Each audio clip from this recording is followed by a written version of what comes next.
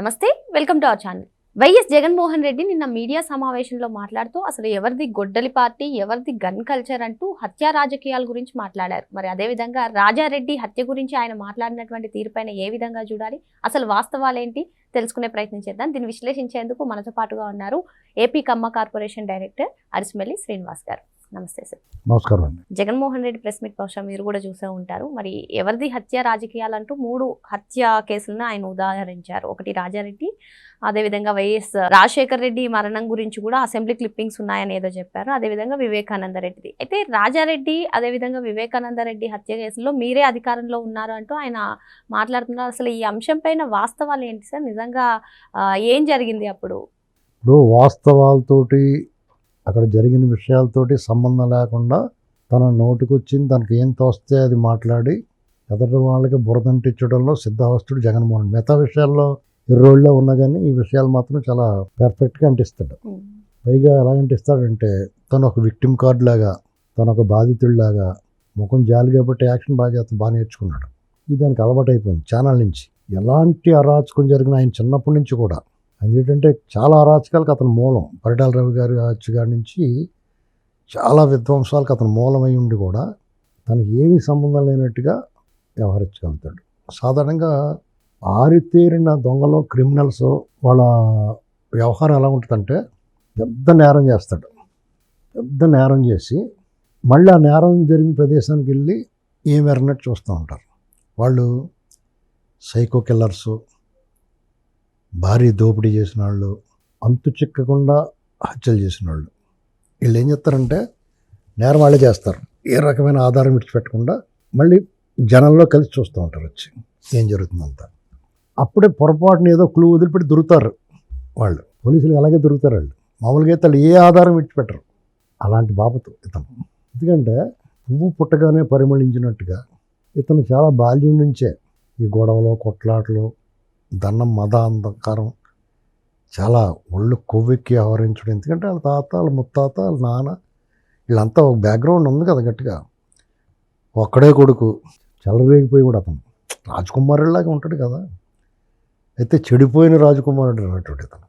ఎందుకంటే రాజశేఖర రెడ్డి 2004 వరకు ఒక ముఖ్యమైన పాత్ర పోషించకపోయినా ఆ ప్రాంతం వరకు వాళ్ళతో మొగటం లేని మహారాజులే. వాళ్ళు అనధికారిక సామ్రాజ్యాన్ని విస్తరించుకుని వాళ్ళు ఇష్టమైనట్టు రక్తంతో రాసిన చరిత్ర అది ఆ ఏరియాలో వీళ్ళు, వాళ్ళ ముత్తాత దగ్గర నుంచి. ఆ క్రమంలో ఇతను సహజంగానే మొదటి నుంచి కూడా వాళ్ళు రాజశేఖర రెడ్డి గారికి కూడా చరిత్ర అలాంటిదే. ఎదటోళ్ళ మీద తోసేస్తూ ఉంటాడు ఆయన ఏం చేసినా. ఎదటోళ్ళు మాట్లాడే లోపల వాళ్ళని బదనాం చేసి ప్రయత్నాల్లో ఉంటాడు.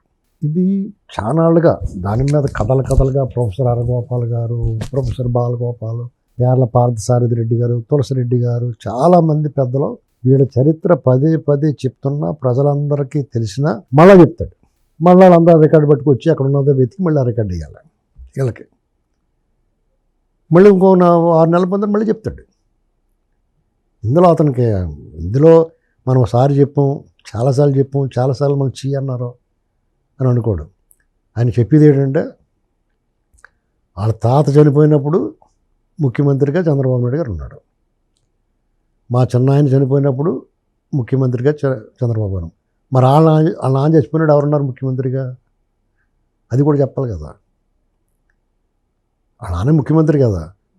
మరి వాళ్ళ నాన్న ముఖ్యమంత్రిగా ఉండే చనిపోయాడంటే మరి ఎవరు ఏం చేసినట్టు? ఒకవేళ నీకు అనుమానాలు ఉన్నాయి, ఆయన మరణం మీద అనుమానం ఉందన్నాడు. అనుమానం అర్జెంటుగా రాజశేఖర రెడ్డి గారు చనిపోతే ఎవరు లబ్ధిదారుడు? సహజ ఫస్ట్ అనుమానాస్పద మృతి అంటే ఆ మృతి వల్ల ఎవరు లాభపడతారో వాళ్ళ మీద అనుమానం వస్తుంది ఎవరికైనా. ఆ కోణంలోనే దర్యాప్తు చేస్తారు, కానీ ఇక్కడ ఆ కోణంలో దర్యాప్తు జరగల. ఇది తిరిగి దొంగ నరిచినట్టుగా ఇతని వ్యవహారం కనపడుతుంది. వాళ్ళ తాత చనిపోయాడు, చంపేశారు. యార్ల పార్థసారథి రెడ్డి గారు ఓపెన్గా చెప్పాడు, నన్ను 40 కత్తిపోట్లు వేశారు, 46 గాయాలైనవి, నేను చనిపోయానని వదిలేసిపోయారు వాళ్ళు. వాళ్ళ కర్మకి నేను బతికొచ్చేసాను. నా తమ్ముడు చనిపోయాడు ఆ దాడిలో, నేను బతికొచ్చాను అన్నాడు. వాళ్ళ మనుషులు నన్ను ఎలా చంపడానికి ప్రయత్నం చేశారో నా మనుషులు అలాగే చంపారు అతను డైరెక్ట్గా చెప్పాడు ఓపెన్గా. పైగా ఇంకో మాట చెప్పాడు, చంద్రబాబు నాయుడు గారు నన్ను ఎప్పుడూ ఎంకరేజ్ చేయలేదు.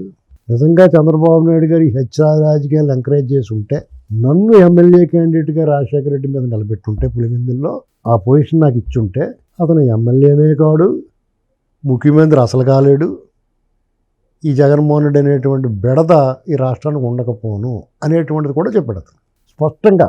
ఎందుకంటే వాళ్ళకి సరైన మొగుడిని నేనే అని చెప్పాడు. కానీ చంద్రబాబు నాయుడు గారు ప్రోత్సహించలేదు కదా హత్య రాజకీయాలని. ఇప్పుడు ఇతను ఏం చేస్తాడో ఖచ్చితంగా హత్య రాజకీయాలను ప్రోత్సహిస్తాడు. అవతరుడుగా రౌడీ అంటే రౌడీలాగా ఇంకోని పెడతాడు. చంద్రబాబు నాయుడు గారు అయితే రౌడీజం ఉండకూడదు అనుకుంటాడు. ఇది ఆయనకి ఈయనకి ఉన్న డిఫరెన్స్.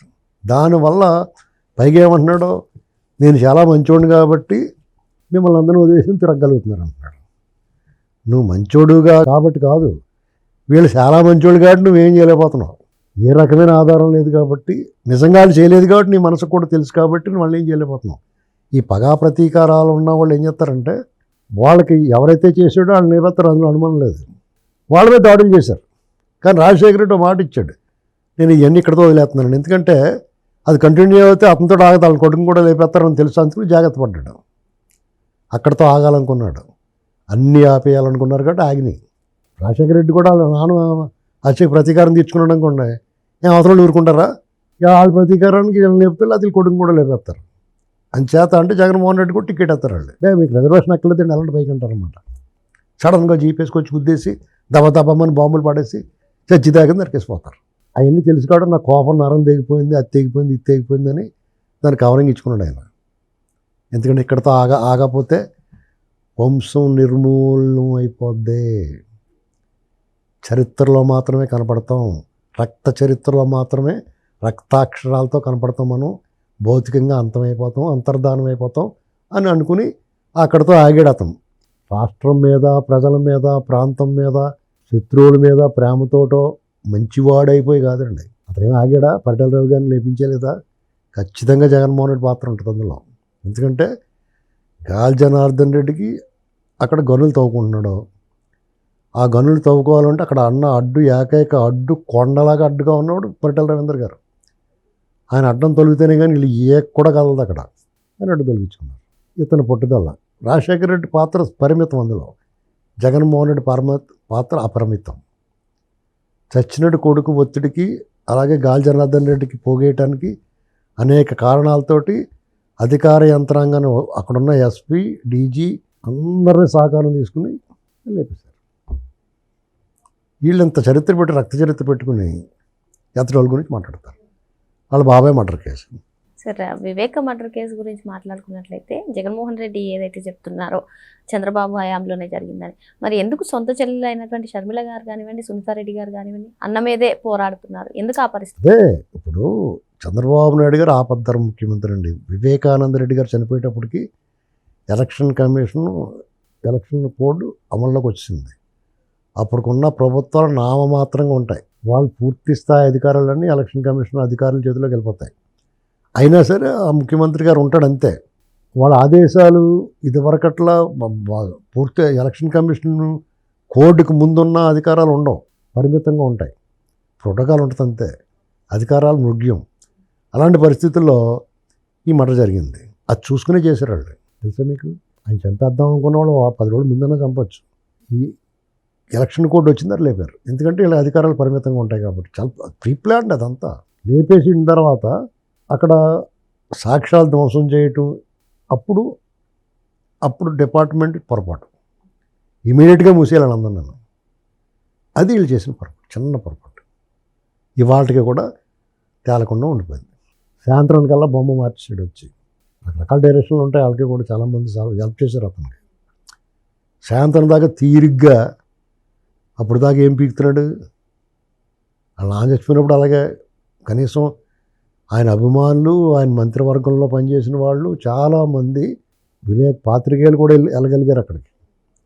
ఆయన మీద అంత ప్రేమ ఇది ఉన్నవాడు వెళ్ళాలి కదా. ఏమైపోయి ఆదుర్దా ఉండాలి కదా. నాన్న మీద ప్రేమ ఉంటే వెళ్ళాడేతను.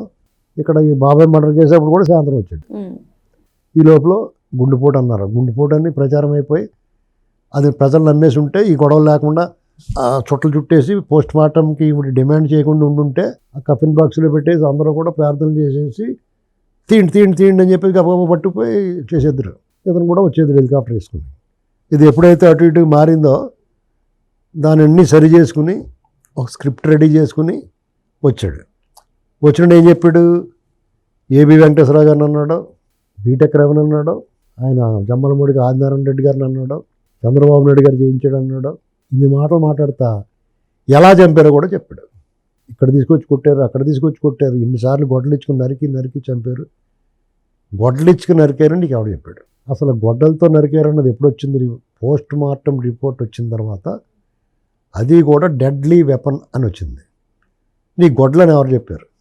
గొడ్డలని చెప్పింది దస్తగిరి చెప్పాడు. ఎప్పుడు చెప్పాడు?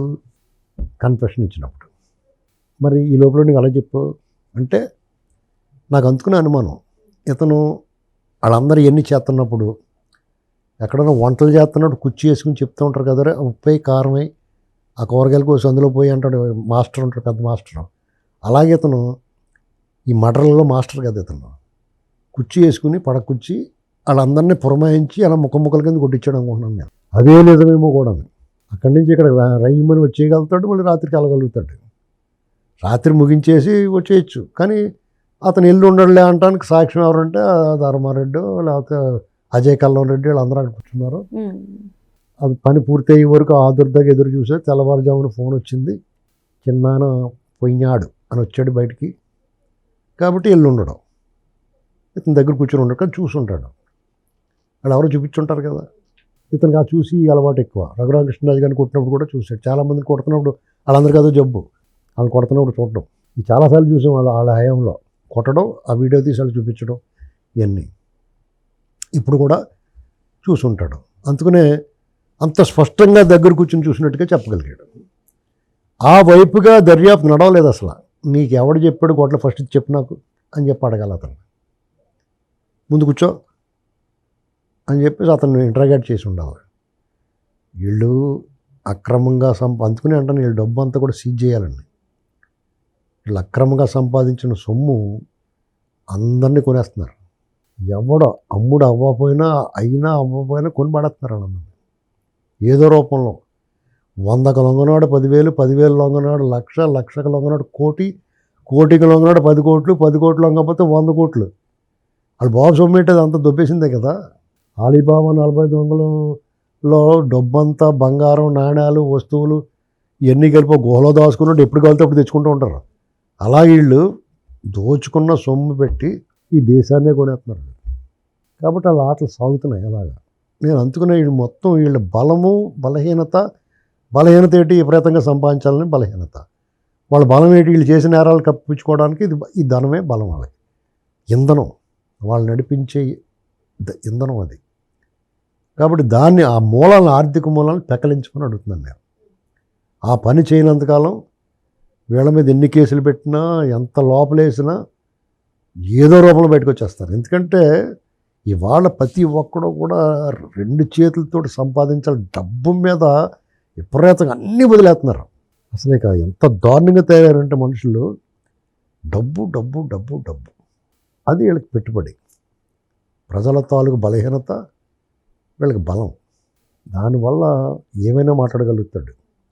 మావిగన్ అంటే చంద్రబాబు నాయుడు గారికి బీపీ వచ్చి పోతాడా? మరి మేమేమనుకుంటున్నామంటే ఎన్ని మందులు వాడినా, ఎంత చికిత్స చేయించుకున్నా ఇతనిలో మార్పు రాలేదు. ఇది దీర్ఘకాలిక రోగం.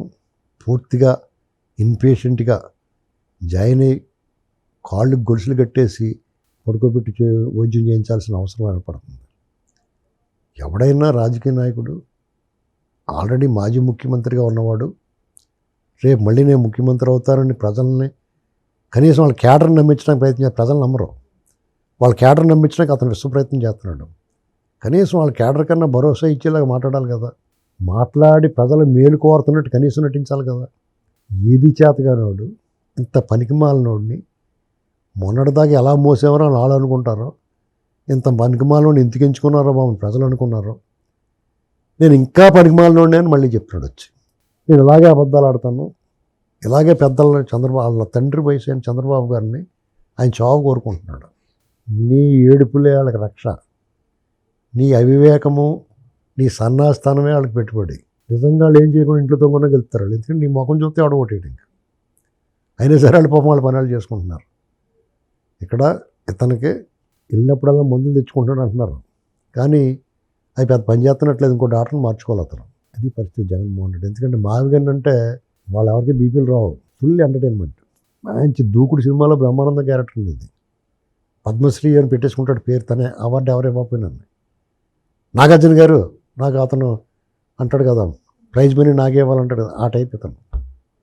రియాలిటీ షో అనుకుంటున్నాడు రాజకీయాలు అంటే అతను. కాబట్టి ఇతను దూకుడు సినిమా అతని లైఫ్ అంతా. మరో అంశంతో మళ్ళీ కలుద్దాం. Thank you sir.